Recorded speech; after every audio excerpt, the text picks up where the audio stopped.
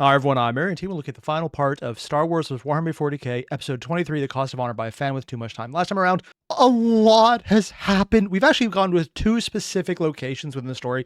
The Mech Bay, where things are going explosive, and also way more human than I was realizing, considering this is focusing on the Mechanicus and people who would normally be red-shirted by now, somehow surviving. It's honestly something I really wasn't expecting, but I love it. On top of the giant zombie robots involved. And then we have an Inquisitor. And frankly, I don't really care anything else about that, because that is just already amazing, because it's an Inquisitor who infiltrated the locals, isn't acting like an asshole, and is doing something.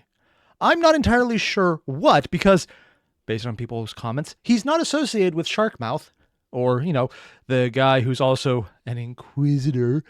I know he's actually an Inquisitor, but I'm saying this because, let's be honest, he's a Chaos Sorcerer who hasn't realized it yet. And I really think that's his target, but I'm not sure why he's siding with one side when he knows the other one. He could just, you know, maybe kill him. I don't know. I don't know the power extent. I don't know what he's doing. I don't know his deal, but I want to find out more. Basically, what I'm saying is Samuel is fascinating. I can't wait to see what happens in this episode and lead to it, because I feel something is going to happen. Mostly because everyone has been geeking out about him a lot. Yeah. It's a good thing no one here would mislead me to make me assume something just to then have it rubbed in my face later. That actually hasn't happened. I've had a lot of people being very upfront and very honest about things. It's actually kind of freaky because it's the internet. More importantly, though, there's a link below to the original video. Hit it up. Let's get started. The Great Maintenance Base. So we're back with the She's Imperials. just a witch. Oh Commander no, Bly Star was Wars saying side. To his men. Oh, haven't gone with them in a while. Version of Asajj Ventress. We can beat her. We just need a plan and to execute it professionally. No. She has both less plot armor than Ventress and also more skill. I'm not sure which one will be more important, actually, because normally my assumption is she's going to survive, but on the other hand, Minerva, or Merva, is it Merva or Minerva? I'll have to look when the name comes up. Seems to be way more plot relevant, and I honestly wish she would be the one to survive more than anything else. Don't get me wrong, Murder Barbie is freaking cool, but Minerva really seems kind of like an amazing character. He was above, standing on the turbo lifts, the greater maintenance bays situated below him, and his clone troopers. The men down there were keeping the droid witch busy, while Bly plotted out and put together a dedicated plan. Oh. Now, with his men assembled, the plan created And I'm pretty sure Murder Barbie is either going to die or be heavily wounded, because this is something Fan has talked about in Aftertalk? Yeah, the Aftertalk, where the biggest advantage of the clones isn't their strength. They're strong. If this was an Imperial army versus, I guess, still Republic army, although it'll become Imperial, it would probably be in the clones' favor, because they're just generally better, partially because they're custom-grown clones who live only to do this. It's literally their purpose, and they're good at it. But the big advantage he talked about wasn't that. It was that they're incredibly creative and resourceful and will take unique actions to achieve their mission in ways that do surprise enemies that might actually have an advantage over them. So even though Murder Barbie is better than all of them, and I think they're very much underestimating her by just comparing her to Ventress, giving them time to create a plan might actually be a problem. I don't think it'll work, but I don't think it'll go in her favor nearly as well as I was assuming beforehand. the pesky drone skull that had been spying on him neutralized. They were missing only two about things: the spy skull. morale and the proper munitions. That Sir, last part's with all important. due respect, whatever that thing is down there, it is much worse than Ventress ever was. Someone's right, yes. It's tearing through us like carking paper, and we can't even touch her, said one of High the clones. range Others murmured agreement to explosives. that, but Bly shook his head. Not quite. You see, troopers, I figured out something about our dear tin cans spinning around down there. EMP will be effective because if they're not properly shielded, it doesn't matter. And even then, Star Wars EMPs, Fan has pointed out multiple times, don't quite work normally. They're not just electromagnetic because they're just way too effective against too many things. She isn't using the Force, like the General or Ventress. She's using these. he said, indicating down to the inert skull he was resting his boot So he actually on. knows exactly where her Every advantage time comes we from. target these drones, she beelines it straight for whoever is attacking them. That gives us two things. They know where she's a going hint to to how go. she's doing all this, and, more importantly, a reliable way of luring her into position. See, I love this. This is... We've had so much of this episode showing the clones basically being red-shirted themselves, and now we're coming back to them being like, no. They adapted, which is what I was talking about earlier. But more importantly, while Murder Barbie, and I know I'm just going to keep calling her that because it amuses me, probably could figure out what they're doing, and she might. Her arrogance, considering she wanted to make Call, like she referenced him acknowledging her, and that's Call. That doesn't happen. That is actually the point of saying you are incredibly arrogant. So, probably par for course for someone highly accomplished in the Imperium in any section. Yeah, minus Primarchs who explicitly had their pride bashed in. And even then, just, less than before. So she might understand that they have a plan. She might also not acknowledge that it could hurt her up until it does. I assume this is the turning point where something happens. I don't think she's going to die. I could be wrong, and she might, but I don't think this will be pleasant for her. And I love just watching this come together because it's showing the clones are intelligent. Even though they're very much overwhelmed, they are making smart, rational decisions. Unlike the previous clones from the last episode, where they made very much chaos-influenced decisions. Or I guess in this case, Force Demon-influenced decisions. That's still weird, He explained. Some of the troopers nodded, punching gauntlets into palms and getting psyched up for the operation. Some, however, only slumped. Oh, we're all gonna die trying to make this work. A lot of you will, said yes. one. As he spoke, 2 ISP speeders and many, many more clones on jetpacks arrived, flying in through the holes in the walls Sheer and weight of landing numbers would do all it. around Bly on the turbo lift. The crates were placed down, but Bly was smiling before he even opened them, seeing the weapons held already in the What hands weapons? of the arriving clones. Maybe Ion? before, but not now, he said as he pulled forth the bulky form of a powerful electromagnetic pulse launcher. Ah, and considering EMP in Star Wars isn't exactly EMP, the previous comments I made about it being way too effective to technically just be that alone, I really want to see how this will go. And earlier in this episode, we were shown the sergeant who had a small device going completely fucked up because it neutralized it entirely with a glancing hit. I mean, a glancing hit directly to his sternum that he survived, but then survived the technology associated with him regulating his blood pressure, killing him. So we're about to have it hitting someone whose entire body is tech. Yeah, if she doesn't realize what it is and dodge every shot, like if she is just trying to deflect one without realizing it, or just get too far away and it has an area effect, I don't actually know how much of an area effect the weapon has. This could be very interesting because it I can go doubt very she's bad seen very these fast. yet. All right, everyone, stick to the plan. Would she be able If to we figure it out execute based on how properly, people are she will not treating have it, a though? chance to Or what it react. looks like when it's Get your fired? gear and wait for my mark, he said. Soon I after, don't know what I'm the liking clone this. troopers of the 327th Star Corps lined up, stomping as they reached their formation of staggered ranks, Bly at their head. Clones of the Grand Army of the Republic, Ooh, to speech. victory! Scramble! Bly ordered, jets firing on all their packs as they took flight and curved down, propelled like missiles into the main chamber. Also, I just want to highlight the music that Fan is putting in the background. I love this choice. It is really dramatic and has a very specific tone of being deep and resonant, and it sounds like an army marching to war against a battle that they know they can't win, but they must fight. And it is just getting you hyped up, but it is not overwhelmingly positive. It doesn't feel like it's going to be a victory of just massive proportions. It isn't the glorious beating of ass. It is, we are going to fight, we are going to die, and it is going to be intense music. It's a small differentiation based on the tone of how the music sounds. It's a much lower register, but the impact emotionally is just hyped for people who are not going to probably survive doing badass things at the cost of probably their life, without being absolutely depressing of, oh shit, they're all going to die. Partially because I don't think we're nearly attached enough to these characters to make that effect, but seeing cool things has its own real big effect on the audience, and the music is a great choice for that. Just, goddamn, Fan is really pulling a lot of aspects together. And compared to the first videos where it was still good, and honestly, I was blown away by the quality of the writing. Now, all the other little elements he's pulling together also are just really damn cool to check out. The instant they entered, they were spotted and noticed by the zipping, spinning cloud of servo skulls which moved around the ceiling, always vaguely over the head of the perverse droid priest. The new weapons. They split into three Like AoE groups, effect? and, as Bly had hoped, the creature of steel was thoroughly preoccupied with the clones she was killing at the moment. Ignoring his need to fly to their defense, he spun in the air and came down hard but safe on the designated position. He and his men tucking themselves into the nooks and crannies of the large, building-sized tank and the crawling tanks beside it. He looked around and, satisfied that they were all in place, reached up to tap his helmet. From the Imperium side. We're in position. Commence the operation.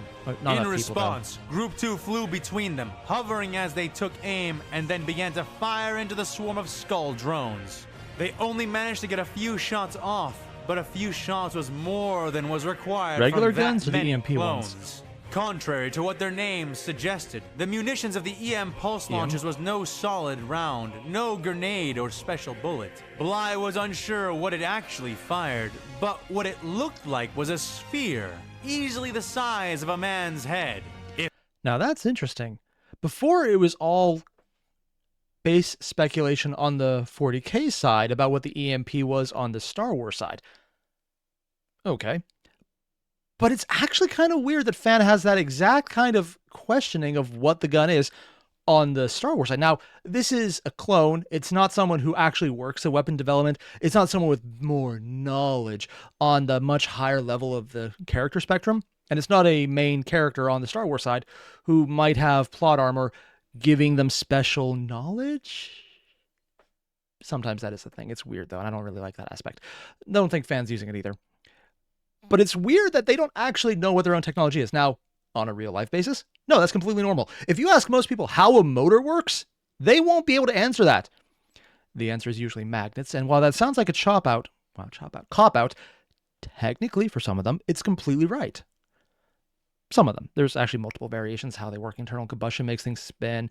Sometimes it's electricity making a magnet coil make something spin. It usually comes down to spinny metal. That's actually usually how it goes somehow. And then there's even others on top of that, but there's a lot of variations. I can speak today. Variations, that's the word. But it's weird that a Fan's making that because in a narrative sense, it almost seems like he's highlighting these further to either do one of two things. One, to give himself leeway to say why they have an effect they're about to have, or because he's planning something later. I don't know.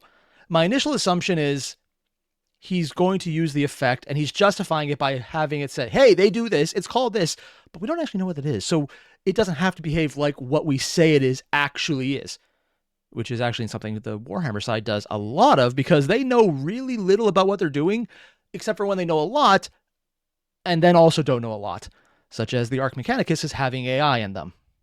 It's not something that has been confirmed and may or may not be retconned out or just as a random, hey, this writer had that, but we're going to pretend it's not true because we can do that.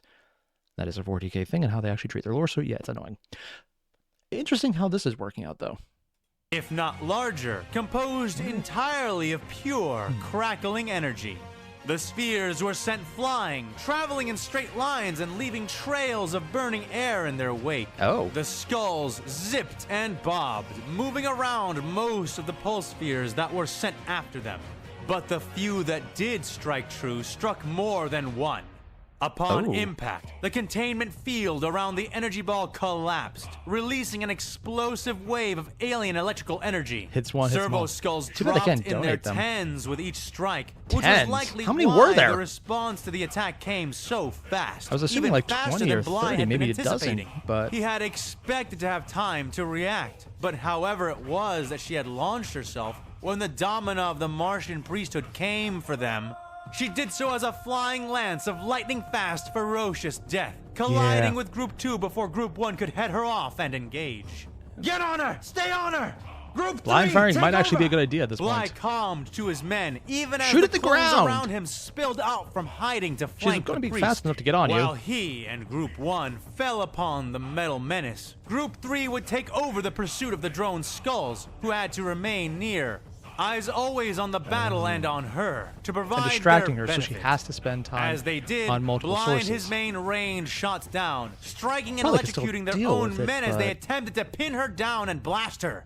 But their attempts were in vain. The woman, who was literally made out of blades, bent, folded, and jumped impossibly, staying just out of reach as she continued to cut through them wherever she could manage it. The irony here is the old tactic of screw you, I'm going home with rocket launchers and PvP games. I'm not saying I wasn't good at shooting, but sometimes whenever someone wanted to melee you, pull out a rocket launcher and shoot your feet was an accurate way to deal with it. And in this case, yeah, it'll screw over the clone because they'll get hit in the EMP, but she's going to be screwed over a lot more, and considering she's a close combatant, that is actually not a bad strategy. It's just, suicidal, as opposed to what they're doing now, which is also that way. However, soon her movements grew more frantic, and Bly because knew she's the losing reason. extra eyes, Group basically. 3's attack was urging her to Unless she change also targets, offloaded and the additional stubborn processing monster power was to them? insisting on killing them all here before she moved on.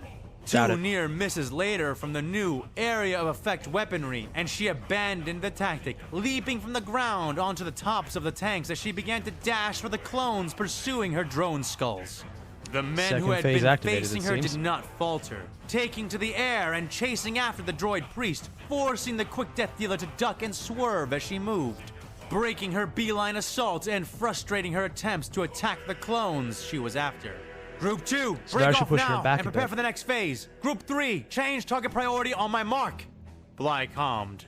He waited a few seconds, observing and hanging back as he tracked Kali's movements. She was moving and attacking, striking whenever possible, but her melee methods made that difficult so long as his clones kept their effective distances intact.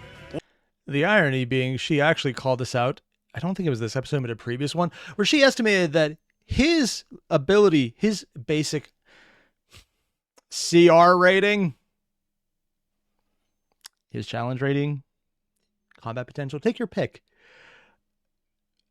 is equal to hers or very close to, because one, she's really powerful, but in his case, it's as a leader of an entire troop out of everyone behind him and his ability to organize them, not his personal power, which admittedly is exactly what he's there for. He's not a badass himself. He's a badass leading other badasses, because the clones kind of were. And he's showing it right now that that's accurate because he's holding his own barely and at great loss against someone who's roughly the same power level. And she explicitly called this out. Admittedly, as soon as she knows she can retreat, she should. But I have a feeling at this point, considering how emotionally compromised she is due to arrogance and not wanting to leave anyone behind, I think she might stay a bit too long. She'll probably try and retreat, but I don't think by that point it would be a good choice. I think she overestimates herself a bit. Mostly because of the arrogance I mentioned earlier. Again, making call acknowledge you. Making call do anything is a line of, well, that's impossible. Yeah, I mean, saying I'm going to revive the Emperor is more likely to happen narratively in 40K than Call not being an arrogant ass, because that's literally his main defining trait. Also, because I think narratively they're eventually going to revive the Emperor, probably in maybe 12th edition. I'm assuming eventually it'll come out after all the Primarchs are in, because they'll need to sell a new model, and an Emperor Redeemed or an Emperor Awakened probably would sell a lot. So, like 10 years maybe. Once she was on the verge of catching Group 3, he gave the order. Now! The clones in Group 3 spun around and scattered, now aiming for the Domina and not her skulls. The priest spun past troops and blasts, Does she have enough men sights falling to to still pieces avoid at her it, though? crossing, but her landing was less smooth, her plans confounded, and her skulls now more depleted than ever before. And there goes the additional line of sight Simultaneously, from all of what them. was left of Group 2 changed targets as well, now taking up the slack left by Group 3 and pursuing the rest of the drones. He expected her to follow after Group 2 now, and was preparing to switch out Group 1 and 2 She's the way he changing up had because she with probably Group 2 and recognized their 3. plan. But she did not do as expected. And go after him because he's the one Instead, coordinating. the Domina shifted and began to pursue a different target altogether. Him! Called it! Oh, Scrog! He cursed, spinning in the air and taking off. She's on me! He calmed as he began to fly, taking evasive action, but not leaving the chamber, knowing that she Oh. was trying to kill him or drive him out. He didn't bother to look back, knowing that he couldn't, knowing that slowing down for any reason, even for a second, was as good as dying right there. Because she doesn't have ranged then. weapons either, He so wished dodging he could doesn't matter see nearly as and much. envied the vision the Domina must have used against him and his, fed by so many eyes that were not even her own. The thought sparked a desperate idea within him, and he keyed his comms to all the troopers in groups Fire 1 at and him. 3. Everyone, tell me when she is a second from falling on me. He sent to them, flying and swerving Detonating for as EMP long clone as in his possible. own range. This Or not clone, insane grenade. plan would only work if he bought Group 2 enough time to clean up the drones. And Yeah, this is definitely an ingenuity moment. I can't speak to moment, there's the word. Because he had a brilliant idea, and he's going to completely show why the clones, even if they're outmatched, are actually a really useful force. Now, it's literally an entire troop, division, regiment. I don't know how big this force is. It's a lot, but I don't quite know the numbers. And it honestly doesn't really matter, because anything more significant and like completely stated would deplete a lot of resourcefulness a fan could put in to draw in, okay, she killed all these people. Well, isn't that everyone? No. So when he says a lot died, we never had hard numbers, so we don't actually need hard numbers, because it gives us enough range within our own thought process to say, okay, it's a lot, but there was more, so there had to be more than we thought. And now that more came in, it justifies the overwhelming size of the force, because it can make more sense. If he had done the opposite, though, and said there were 10 people, he has 10 people to work with, and if that's not enough, it's just going to fall flat. When he's like, well, she already killed the first 7, the last 3 are nothing, but now we need to have her have a hard time to retreat, otherwise it doesn't make sense. So there were 100 that we didn't know about, yeah, and they're dead. Not giving solid numbers here is actually a good choice. I know some people who love specific information. I'm honestly one of them sometimes. But I think right now, the alternative would be probably creating plot holes. So this is a good choice. And again, the clone's just being ingenuitive. Is that even a word? No, it is now, based on how the English language is broken. And so, without even knowing how close or necessary it was, Bly began to maneuver and fly like he never had Because he's using before. his clones like Without she's ever using the slowing, servo He skulls. circled the room around Extra them, both information high without having to and observe it low, directly. burning around metal beams and hanging chains, and jetting between the barrels of tanks and the legs of otter war machines. Then came the warnings, and as he had hoped, a few among the clones were early, which was what he needed, because he also knew that the Domina would be faster than expected. As the cries of his men filled his comm, he braced his weapon, aiming out but holding it close to his body, as if firing from the hip instead of from the shoulder, and spun himself again, turning onto his back and looking behind. He felt his bladder tighten in shock, for the Domina was truly right upon him, consuming his field of vision as she reached for him, Damn. wrapping bladed arms around his body. Luckily, he tightened more than that, squeezing the trigger of his weapon and blasting them both with a point-blank discharge of his EMP pulse Called it! launcher. Point They blank, both man. cried out in unison, scorched by the But blast and she's bizarre mostly metal. energies of the He gun, has metal on arching him. out of the air and colliding with the ground, each How well landing shielded separately. is she from this bullshit? Even with the strength of her strike stolen from her limbs, the blades Still had sharp. lacerated him, drawing red lines in his white armor, but not flaying him to pieces Oh. as had been the intention. Bly It's a twitched flesh and wound. groaned, but rolled to his feet, expecting her to be upon him again. Nope. That did not happen. And he Because they just use an EMP adjacent, whatever the hell this bullshit technology is, against someone who is literally probably very few biological parts removed from a droid themselves. Never put that way, but found the Domina laying in an almost literal heap on the ground, blades scattered all about. this is where you The keep scene firing until she doesn't get up for confused him safety's for a sake. second, until he realized that she had actually, literally been made mostly out of magnetically interlocking blades. Yep. Taking a breath and limping close. Why? This is the point where she surges up and kills him. No, when the enemy's down and you're not sure they're dead, you double tap, or in this case, quadruple tap, like until most of the limbs are no longer attached, and considering she's had things remote, until there are very few pieces left that could function together. I mean, dear God, I'm having Metal Gear Rising flashbacks to a certain cyber samurai. Or I guess magnetic one. Ugh. Sir, Bly could see that only one of her arms was even legitimately connected to her torso, the other dissolving into edges and razors of varied shapes. Yeah. She was still alive, flailing slowly on her back, like a droid running on a quarter power. Though, Might be accurate. ironically, she seemed more human now than ever before. She did have flesh.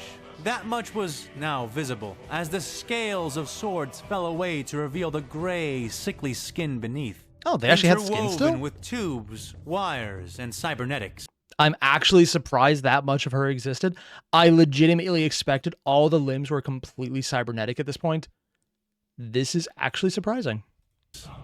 He came to stand over her, leveling the EMP pulse launcher down at the Magos. The fact that you haven't her fired. eyes moving to meet his from behind her metal mask. It seems I underestimated his planet. She said in garbled but stabilizing speech. That's the worst part. She didn't underestimate them. She gave an incredibly accurate assessment of his strength early on in a previous episode. She didn't underestimate them. She got arrogant. She thought she was stronger than she is. She overestimated herself. Her estimate of them was perfect, which admittedly is probably why she can't recognize it now, because that would admit to overestimate herself. And considering the arrogance I mentioned earlier, that could never be the thing. So admittedly, well done. The characterization holds true. This planet, Bly said, feeling the burning cuts lacing his arms and back, is ours, witch. No, technically it was the Separatists until recently. She said without hesitation. He stepped back slightly as she weakly raised her remaining limb and pointed up, past Captain Bly, to something above Because she him. was a distraction. This planet is theirs. Bly thought the gesture to be her attempt at a distraction until a deafening mechanical roar fractured the surface of his visor, staggering him and the nearby troopers who had begun to land around him. He craned his neck, looking up and feeling terror seep. They actually brought the fight to the footstep, to the very base of a knight. Specifically, we know exactly which knight this is going to be. Ah. And I love how the music shifted from that determined aspect. Like, listen back here. Ours, witch. No. It's still different, though. She Actually, I didn't said realize it's a without much more... hesitation. He stepped It's back switching over slightly at as this she point, yeah. weakly and up and feeling terror seep. And then it switched to something absolutely butt-kicking, because while we're seeing it from his perspective, and it is, oh shit moment, we also know the other perspective, which is the giant, fuck you, because they have just watched, Minerva's probably watched her, I guess, mentor, leader, religious figure. Yeah, it's the Mechanicus, that makes sense. Boss lady, whatever. Die or, well, get absolutely wrecked right in front of her by someone she did not think probably could do that. And that's very much going to be a rage button, especially since Minerva is right now not really in control of her emotions. And admittedly, it's making her a much more fun character to see someone acting in a much more human way. Deep into every part of his mind as a pair of bright, massive blue eyes illuminated we'll a look at the color titanic difference. face and stared It looks down cool, at him. though. He dropped his weapon and spun around, his Run. men already taking off as the massive Running is the right war choice. machine bellowed again. Admittedly, running Beginning to behind is take probably its safer. first step forward. Bly tried to trigger his jetpack, but the control did not respond, shorted out by his own weapon. Oh, he did. He tried to calm his men, but his helmet package was dead. Because he of the tried same to weapon. scream out a retreat, but was crushed underfoot before he could finish.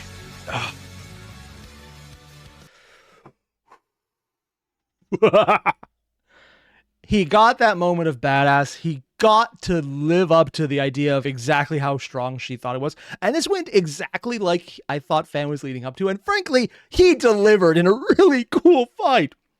The minor antagonist, and honestly minor protagonist, because that's kind of how Fan is structuring things with the giant sides, got his moment of badassery. He got to take down Murder Barbie, the Domina. And frankly, that was a really innovative, really creative, and very good way to do it, especially when adapting on the fly to something they have no ability to front. And I love the moment where I think the Domina also had that little moment of humanity. It's not your world, it's theirs. Pointing up to who she knows who is still in there. Also interesting how she realized that the humans, the normal non-Mechanicus humans, were still with them by having plural for theirs as opposed to theirs. Although technically theirs can also be singular. Yeah, English language is weird. Could be either one. It honestly doesn't matter because she knows the Imperial Army people are with her. So, yeah, either way, it's still pretty cool recognizing that, yeah, she just brought the fight to the next big boss. Phase 2 starts here. Except we're now moving on to Azure Avenue, sub-major surface road of Azure City. Are we going to the Inquisitor's perspective or the kid's perspective? I don't know which one they would switch around from here. Ooh. Oregon. They had been called to the fore, voxed into motion by the urgent commands of Commissar Oh.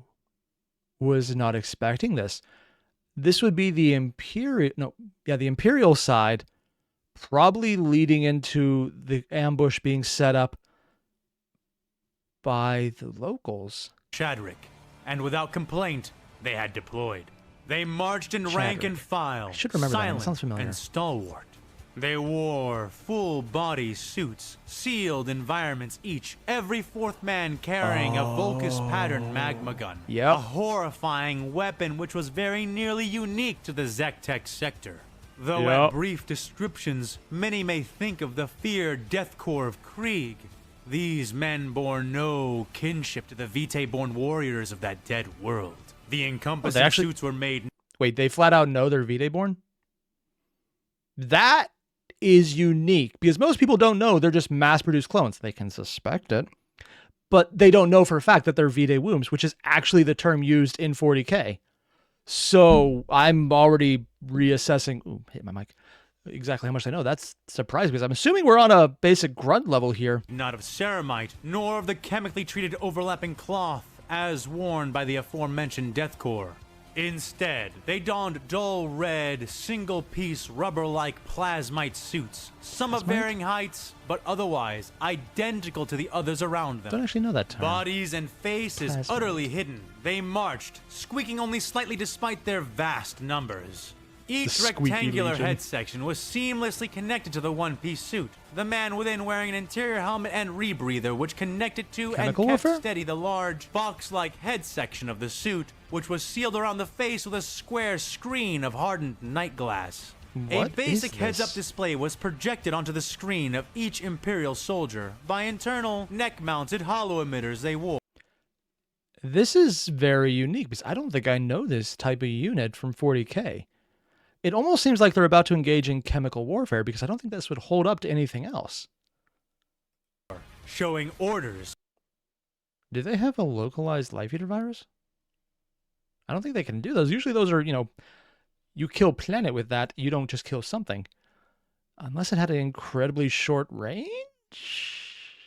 No, that's probably not the case. That would be a way bigger escalation than I think Fan would go for. Objectives, tactical maps and information, as well as ammo counts, IFF signals from their compatriots, and litanies of faith and fury specifically selected by the hand of their homeworld's current ecclesiarchal representative. And they did not march in the sun, but within the shadows of steel, backed up by dedicated mechanized support that was, as yet, unspoiled by fighting and fresh.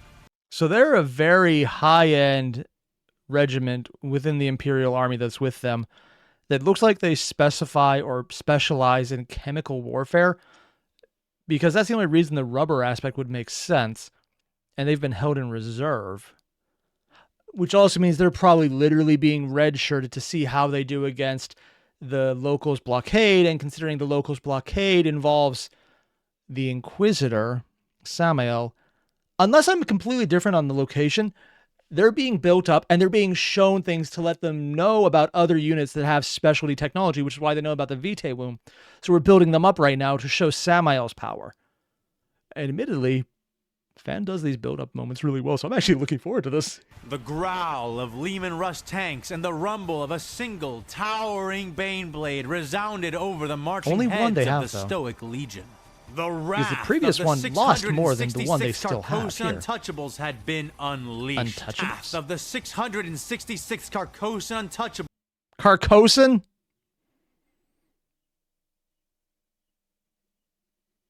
Really? Wow, very Cthulhu of you. Had been unleashed.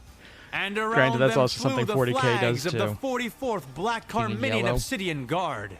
The dark, glittering banners crackled and clinked as they flagged in the wind, hung from every similarly painted tank, walker, and APC. While the Calambians were renowned across their sector as eccentric but effective warriors, the Carcossans and Black Carminians were nearly hated, and certainly feared. Both cursed Carcosa and the brutal sphere named Black Karma were death worlds with vast human populations. Visitors to either world often never left, and those... You can have vast populations on a death world? I thought that was literally the exact point. It's hard, most people die, and those who survive get picked off by everyone they can possibly be picked off by. Space Marine, Inquisitor, Imperial Army, take your pick. People love death worlds for recruitment. Having a vast population on a death world sounds weird, unless it's vast by comparison to death world standards. Those who did always carried some foul aspect of those places with them when they escaped. And in this way, so too did every masked warrior within their hazmat-like suits, and every scarred driver and gunner within each darkened craft carry with them their homeworld's curse. Whenever deployed to restore the peace, these guardsmen brought silence instead, crushing and killing every last living combatant and non-combatant within their engagement zones. Plague contained by All too often, needy planetary governors would request the aid of either regiment, mistaking their precise drilling, silent fervor, and orderly ranks as signs of obedience, discipline. The truth is slow to reveal itself, and they're quiet not because they're disciplined? Oh, they're berserkers. Horrifying when it does. Butchery. Methodical, habitual, and unceasing, even in most cases in the face of direct orders to the contrary. This was the stuff that defined the Untouchables and the Obsidian Guard both. And now, on the commands of a commissar who knew no mercy, they marched toward the Basilica of Salvation to bring damnation. Yet they were halted before they could reach their chosen location, stopped all at once, ceasing. Yeah, if Samael is being built up as a good guy, this is one way to do it. By showing the Imperial section, the regiment right here, that's evil butchers. They're basically maybe 5 seconds away from going blood from the blood god, it sounds like. The silence is probably enforced for that very reason. I wouldn't be surprised if a few of them are kind of shouting that already. But yeah, we're definitely getting the build up to Samael here, and I absolutely love this. Movement in an oddly inhuman good unity. Image right here. Before them, within a kilometer away, a spire had been collapsed into their path. Yep, this is the Around ambush it, point. On it, and from They it, got the kid out of the various way, and we're not seeing from barricades his had been erected, perspective. And instead of being abandoned, the ruin was instead teeming with movement. And I'm wondering if Samael set up the ambush here because he knew these would be the guys sent against him. Maybe clean house on the Imperial side, because it's like, oh, an Inquisitor didn't do that. It was the enemy, yeah. I don't think, though, because I don't think this would be enough justification for what is definitely not corrupt. An Inquisitor would be way more just order them dead normally, as opposed to getting involved. So there must be something else he's after. These must be just an appetizer. And scouts moved up, and Auspex lashed out with pulsating sensor sweeps, revealing an assortment of life forms. Though predominantly human, armed with an even more varied assortment of weapons. The guardsmen who had been manning and defending the nearby relay station were strung up, dead and mutilated. Green and gray fatigues and armor dripping in red. They hung, gently waving in the wind, the clouds dimming the light of the sun and making the color of their distant blood less distinct. Seeing the Imperial forces halt from their distance, the ringleader, or at least their spokesperson, began to speak, his voice echoing from the howlers and broadcast speakers which lined the roads and buildings. They think they've scared them because they're quiet, huh? Hear me, Imperial scum. We are the Axumite God, the true Fan. Really? And broadcast speakers which lined the roads and buildings. Hear me, Imperial scum. It's not even that you said Imperial scum. Because we know the irony that that exact voice and that exact tone is later on rebel scum. Is that you put on the faux British accent that most of the people who did Imperials in the initial Star Wars franchise, or I guess the first 3 movies, now 4, 5, and 6, use that upper crust British accent because they actually had British actors who toned it down, actually, but that accent came through when they said the scum. That just disdain from an upper bred person that you put on the Imperial Star Wars accent to say Imperial scum. That had to be a conscious choice, man. I'm not complaining in the slightest. I just find it funny you went out of the way to do that. It's like a little mini audio Easter egg. Unless it was completely unintentional, in which case, I'm actually more impressed you can do that little Easter egg unintentionally. We are the Axumite Guard, the true defenders of the Republic. Did they and say we have me? had enough. We have risen against your tyranny and will tolerate your presence no longer. They're about to die horribly. So hear and know this well. Oh, God, the he's so Imperial stupid. lines rippled slightly as Laughter. the unnamed speaker continued. Soldiers Who's gonna stepping shoot him aside first? and making room for tanks to move forward, so they Yeah. too could make room. The Bane blade ground up, squealing to a stop at the Yeah, front the of the Axumites are foremost not that line. bright. Beside it, Lehman Russ Eradicators began to line up as well. The ranting did not abate. He's still talking? Unless he's a distraction and he's too stupid to know it. I mean, for Samuel, it probably is literally that because I don't think he's dumb enough to do this. But yeah, this is normally where I would say it is so incredibly stupid. They have the idiot ball right here. But that's actually prevented right now because the previous interaction with the dad, I forgot his name because he died pretty fast, convincing his wife and his son that this is something we must do because we need to fight. We need to do this. And the mom going like, no, you don't understand. They will kill you because the mom got the deal. She knows they're brutal. This isn't going to work. They're not like the Jedi who will stop and listen. They're not like the clones who will take assessment of the situation. It's not like the CIS who just roll through everything. And you know they can't pay attention because robot. These are people who are going to see what you're doing. And they're going to kill you because you're in the way, and anything you do otherwise is a mistake. You can fight against them. You got to try really damn hard, and it's going to be lethal. Which is why the ambush was a great option. This, though, stopping is stupid. You know it's an ambush. They should be taking advantage of it, but they're just carrying the idiot ball right here. And it makes sense, and this is why I'm not worried about it, because the dad showed the idiot ball was a normal thing, because he was carrying it. But it was explicitly called out by the mom, saying that he's making a mistake. So other people there who are also chiming in, like when the kid was being told to leave by Samuel, and the others who couldn't carry whatever they were holding up, couldn't bear the weight. They were crushed down in that little instance of the story, saying, no, you should stay and fight for pride and honor and dying with us. Wait, what? That's that part? That is what's going on right here. We're seeing those idiots literally taking a speakership role against a force that doesn't care and is outgunning them, and they're being stupid, which also puts Samuel at a disadvantage, so he's going to be doing something interesting, and I really want to find out.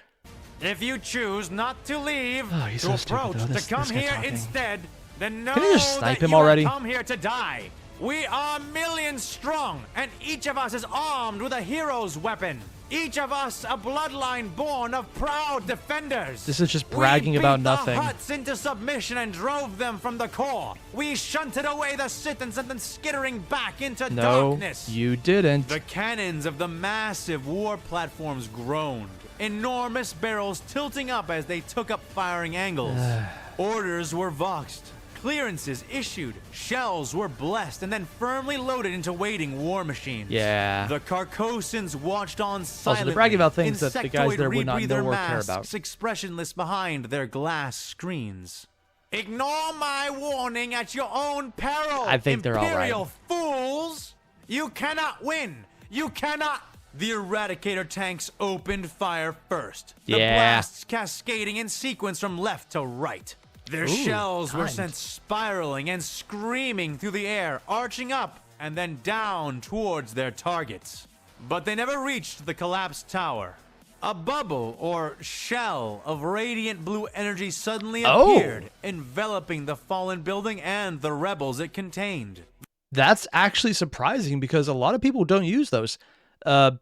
Ground level shields were a thing used in Phantom Menace, and I don't think they ever really came up for individuals after that, other than some of the droidicas. But Yeah, personal shields, or even just general field shields, considering you can walk through them, don't really come up. Nice to see Fan using that technology.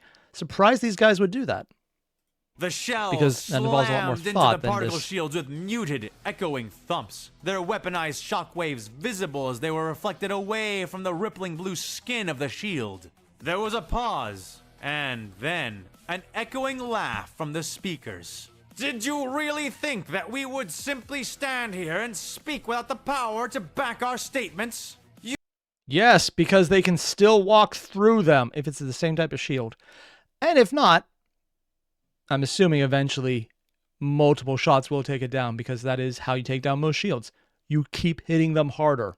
You are doomed, imps! You have no choice but to approach us manually and be cut to pieces by our... Did he just tell them how to do boasting it? Speaker... Did he actually just tell them how to get through the shield? That fucking idiot. Oh, wow. It's like, you know what? Leaving the illusion that they have to beat it down is one thing. Telling them you have to walk through it is literally saying, hey, see that giant tank that could kill you by going forward? Guess what it's going to do? Going through a building is not that hard for a Baneblade.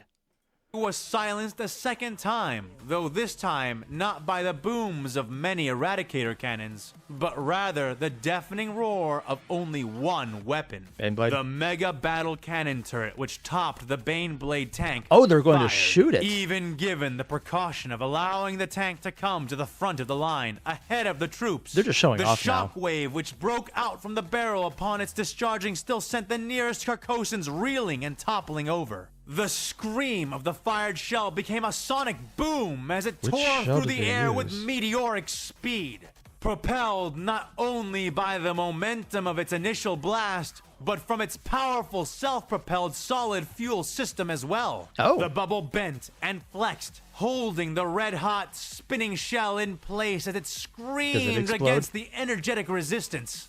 But the blue shield, though wavering, did not break. Its Okay, this is such a cool image. I wish someone had fan art of it, because just the entire idea of the bubble shield holding, but being so overwhelmed at a specific point that instead of breaking, it's actually bending, that the physical force is actually going and holding it in place. What? It's such a cool image. Is it smart? I have no idea. Does it make sense in the lore? I have no idea. Fan's pretty good about that, but I don't really care because the image itself is so cool of the bullet actually stressing the shield, which Star Wars shields aren't any joke when they're overpowered. Most people don't, and when you get to the levels that they are, it's against things that have weapons on par with that, so it doesn't feel overpowered anymore. On this level, it would feel overpowered, and they have a weapon just like a single shot doing this. Sorry, it's just such a cool image. I'm geeking out, and I'm completely okay with that. elastic surface slowly pulling the shell back despite its velocity and engine. Then, the rocket at the end of the shell ceased to fire, and less than a nanosecond later, fell through. the small nuclear charge held within detonated. The shield did not survive. It was a and neither nuke? did most of the rebels sheltering beneath it. Yeah. That fact did not forestall another 3 volleys from the Eradicators before the Carcossan Untouchables were sent forward They once had more. mini nukes. Thick boots waited. And that's why they have the hazmat suits. It's literally radiation protection. I thought it was chemical warfare. No, it's nuclear warfare. Oh. Through pools of cooling, half-molten steel, shattered metal, and irradiated smears which once were bodies. And as soon as it slows Though down, it would fall through silent the and shield. methodical in their advance, the Untouchables could barely constrain their disappointment, as they found the work of the Black Carminians to be as thorough and ruthless as they themselves sought to be. But their bloodthirst found elation as they passed beyond the destroyed remnant of the rebels' makeshift roadblock, only to find a second line of many, many, many more Targets. Axomites. They raised their weapons and roared rage into the sky, firing haphazardly as they charged. The rain swept It's over literally the rebels, berserkers, as if yeah. charging Nuclear ahead to meet berserkers. the Imperium, and the 666th advanced. They did not charge, did not move with greater speed than they needed. Instead, they took up positions, raised their weapons, and went to work. So they are still professional, though, so they're not full-on berserkers. They just enjoy the fight as a berserker would. Dude. Okay, that was so cool.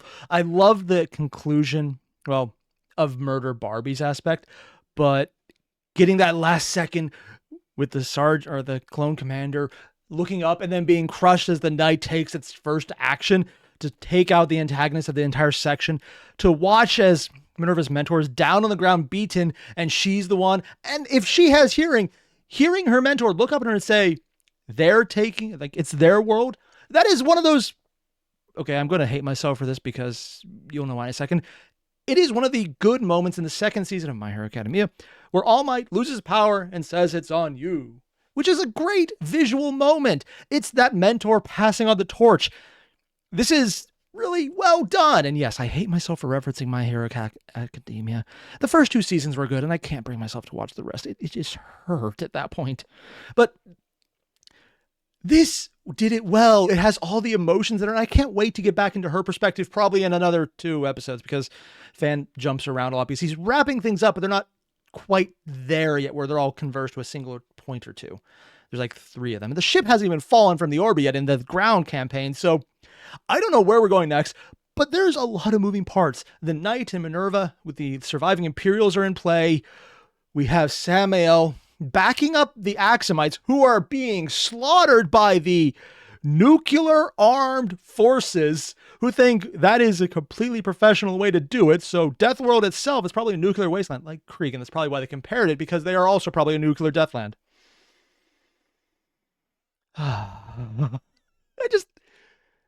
They show the antagonist for the next aspect. They wrapped up one antagonist round, and we're just seeing what's about to happen. I want more, which is good because there's more, and I'm going to do that. Otherwise, you guys know the deal. Below, link, hit it up. Fan did an awesome job, and I just really think this is one of the more fun episodes. I love the previous ones, but I think this one did a better job in just showing the characters and the humanity of people who seem distinctly inhuman. So while the other episodes had the technical achievement as this one, I think this had the characters on the 40K side that I personally like more because they're more human. They're more empathetic. I think Minerva kind of sold it to me because she seemed engaging when she finally broke and had too much emotional response under all the stress and still made decisions that seemed human. That is what I wish Mechanicum was like, or the Mechanicus. And it's cool seeing it. Is it normal? No. Is it something you see in 40K all the time? Sometimes, actually, because the stories are all over the place. But I love those characters, and seeing it there is so cool. I wasn't sure what to think about her at first, because I was like, okay, she's going to be like the usual, I'm definitely not a robot. It's how someone's writing it. Some characters in 40K are written that way because that is what they are. She's not. And it's cool to see that. And I liked how it was done. And the same is also true for Samael. Showing he's an Inquisitor, but he can go and do this and blend in, and he's being kind when it wasn't required. This shows a level of humanity in an Inquisitor that is rare, because a lot of them, when they become an Inquisitor, humanity goes, because they're going to see so much shit. If they had humanity before, it will be dead. And that's if they had it before. Having an Inquisitor that could even think to be nice to someone if it wasn't absolutely mission relevant is fascinating. There's no way that is the case of what Samael was doing already. It was just, I got nothing to lose by it, I might as well. Which doesn't sound like a lot, but it is, because Inquisitors usually don't. Even to sell the act when no one around them needed to be convinced of it. It's showing human characters that are going to do really cool things, and I want to see what happens with them next. On top of all the other really awesome stuff. And there's already some of my favorite ones. I hope they don't get red-shirted to really draw at your heartstrings. Minerva might, but I think it would be a while. Samael, I have a feeling, will be around for something bigger after this. Basically, what I'm saying is, if you haven't already, there's a link below to the original video. Fan did a great job. Hit it up. I'll see you guys in the next one. Adios.